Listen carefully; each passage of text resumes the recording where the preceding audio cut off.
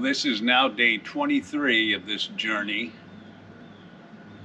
We got here to Hidden Hollow RV Park on the 3rd after leaving Panama City. Just as a recap, saw the doctor that same day, and pretty quickly things happened from there with a CT scan that showed a lump, a mass in my right lung, and then the Dr. Sexton, Marvin Sexton, ordered a PET scan from the base of the neck to mid-thighs, and that PET scan showed other hot spots, ribs, shoulder blades, and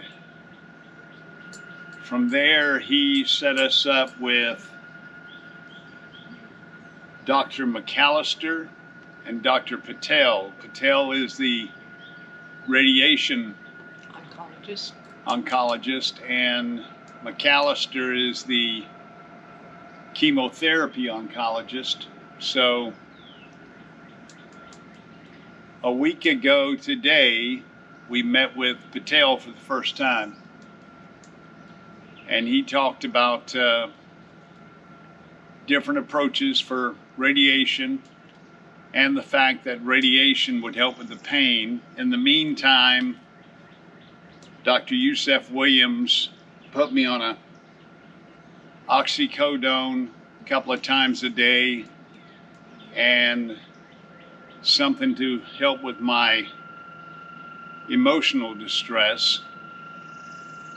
And now there's a stack of pills in there, some of them for nausea, some of them for vomiting. I don't know what's in store, but they're preparing me. But after meeting with Patel, we told him that we were going to look for a second opinion at the behest of Dr. Yusef Williams, who was absolutely wonderful when we went and saw him. And he's now working on getting us a consult down to, or at least a visit appointment down to Shands, which is a University of Florida in Ocala hospital, who specialize in cancer. But then we met the following Monday, this past Monday, with Dr. McAllister. And what were your thoughts about Dr. McAllister? He was very thorough, very open, just about everything. He went through a whole lot of possibilities. He ordered some blood work for Ricky so that we can determine the proper medication to go with chemotherapy. He also ordered an MRI on his brain. I like Dr. McAllister, and he let us know that if we needed a second opinion or decided it wasn't working out, that would not be a problem. And he works, matter of fact, while he was visiting with us, he had to step out because he had a phone call from Shands. Yeah. So he's very familiar with him, and all their work go hand in hand. So I was comfortable with that. Very thorough. Mm-hmm. It did, of course, concern me because he ordered a head CT, and we had the CT done the very next day, Tuesday. The MRI. I'm sorry, the head MRI, the brain. And the MRI results came back that day. Yes, we did get them that day. And like fools, I opened it, tried to read it. All it said was lesions, malignant, and metastasized. And whenever you see those words, then, so I don't know how many, and I'm not going to bore you by taking my phone out and reading it to you, but it looked like there were 4 or 5 lesions. Well, the whole thing too is the reason for the MRI was to see if the brain was clear, because that is one path that we can go. But now that we know that the brain's not clear, there's other paths we can go. So the doctor was using it as a tool to decide what was the best path or best treatment for us. Both doctors, the oncologists, both of them, are very hopeful, very encouraging, and seem to feel that they can zero in and get the proper treatment. And nowadays, chemotherapy is not as ugly as it used to be, because there's all sorts of other things they can do. But He did indicate that radiation therapy isn't relied upon as heavily today as it was in years past. They have better chemicals now for you mean chemotherapy. chemotherapy? No, he was saying radiation wasn't used like it used to be. Well, radiation is used to reduce the size of tumors and used to try to kill the tumor, so it takes care of the individual spots. Yeah. But the chemotherapy and the immunotherapy, immunotherapy will treat the whole body. Yeah. So here it is, Thursday. We've just come back from the radiation oncology office. Right. And that is where they made a mask for my head so that it stabilized during radiation treatment. And they made markers on my body. And then we'll go back on the 3rd of May to line up those markers and that mask with the actual machine, the radiation device. So they'll know how to pinpoint the hot spots, which are still in my ribs, both shoulder blades, my upper lung, our right side, and of course lesions in my brain. So, am I scared? I'd be a fool to tell you I wasn't. But I think that with these doctors doing what they're doing, and at least the option that if we don't think things are moving along fast enough, we can back out of that and go straight to someplace like Shands and hopefully get quicker treatment. But we have an appointment on the 2nd. And what's that 3rd. for? Oh, okay. The 3rd is matching up your mask. Right. And then that following Monday, we'll probably start radiation. No, that's the 6th. Okay. Monday the 6th. But I'm talking about the 2nd. Oh, that's the Montgomery. We're going to a concert. Okay. Well, then, what day did you set up the DNR and the living will and all that stuff? That's going to be on the 8th of May. Oh, okay. We just want this to be a comprehensive video, and so those are things you have to think about. DNR, Medical power of attorney. medical power of attorney, a will, and Sarcoa, where Miss Barbara worked for many years, do that kind of thing. So it'd be well worth our while to spend some time and get a lot of that stuff out of the way. Since we last spoke on camera, only because they were at Art and Kelly's house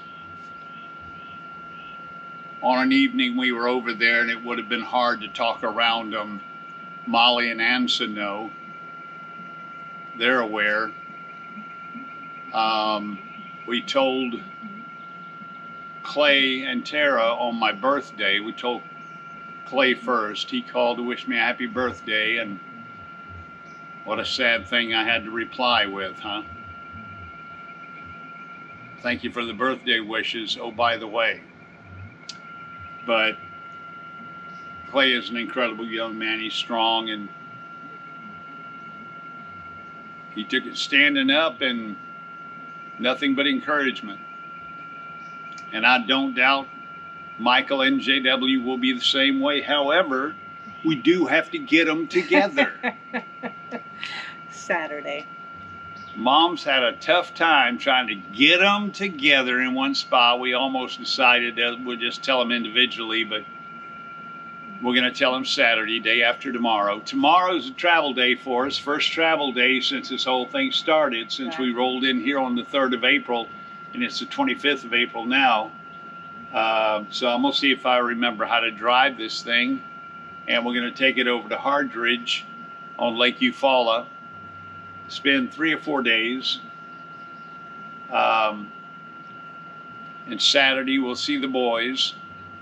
Probably not at the lake, but we'll find some place to eat, take them out to eat, and let them know. Today you notified some folks. I notified my sister Sue and my brother Jim.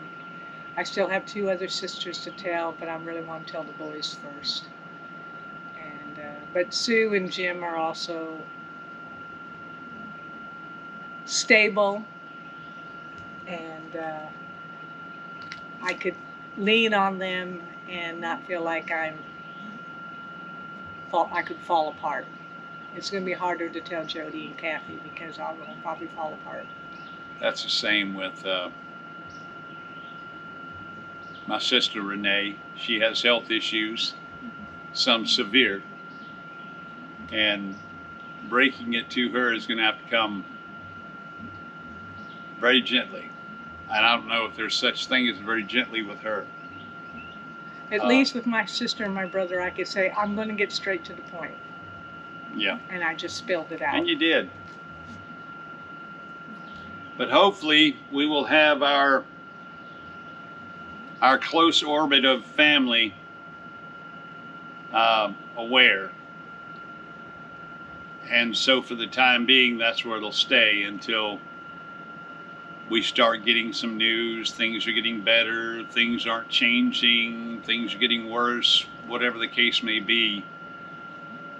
And then maybe we'll share it with our friends outside our immediate family orbit, especially our close friends, and you know who you are. And we'll start reaching out to you guys. Another thing we need to look at doing is when the RV, when we start seeing where perhaps I'm not getting as healthy as I could, enough to make longer trips, we'll shorten our trips and stay in Panama City and Montgomery and over in Georgia, and maybe the longest thing over in the Mississippi to see our dear friends over there. We got to see them. Yes. We got to tell them in person. Got to talk to them. And when that time comes to where I don't see us making any long haul 1,500 mile trips across the country, then unfortunately we'll probably have to let Miss Goby go. Not because we don't love her, and not because she doesn't travel well. Miss Barbara just needs something comfortable, something she can slide in and out of and not. She needs some comfort in her life at this point. She really does. So y'all keep praying for Miss Barbara. Keep praying for me. Pray for us as we tell our family. And just pray that we have a few more trips left. But I do think we're going to make Bonnie Raitt. And because of the schedule of chemo, which is going to be 5 days a week. That's the radiation. Radiation is going to be 5 days a week for 4 weeks. I won't be able to make George Strait. So Miss Barbara's gonna have some tickets. Y'all better be good to her. That's Chris Stapleton and George Strait. By the time this is out, though, it'll be done. Oh, it would be done, but you know. And whether or not this ever comes out or just is for the family, it doesn't matter. We just kind of wanted to document our feelings as we're going along, and I'll have to admit, it's been 23 days, 22 days, and both of us really have been through every emotion you can think of.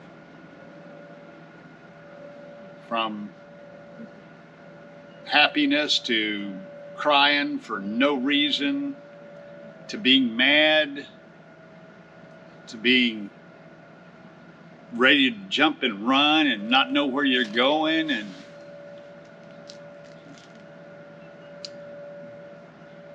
But lately, easing the pain with the oxycodone and getting the help for my emotional situation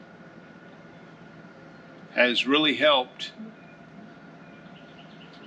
and I hope it continues to do so, because and I think a change of scenery, going to the lake tomorrow will be a good, although we're going to be busy as heck once we get there, but looking forward to getting to the lake. We'll have a good weekend.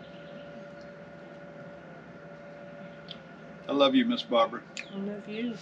Absolutely. Till next time.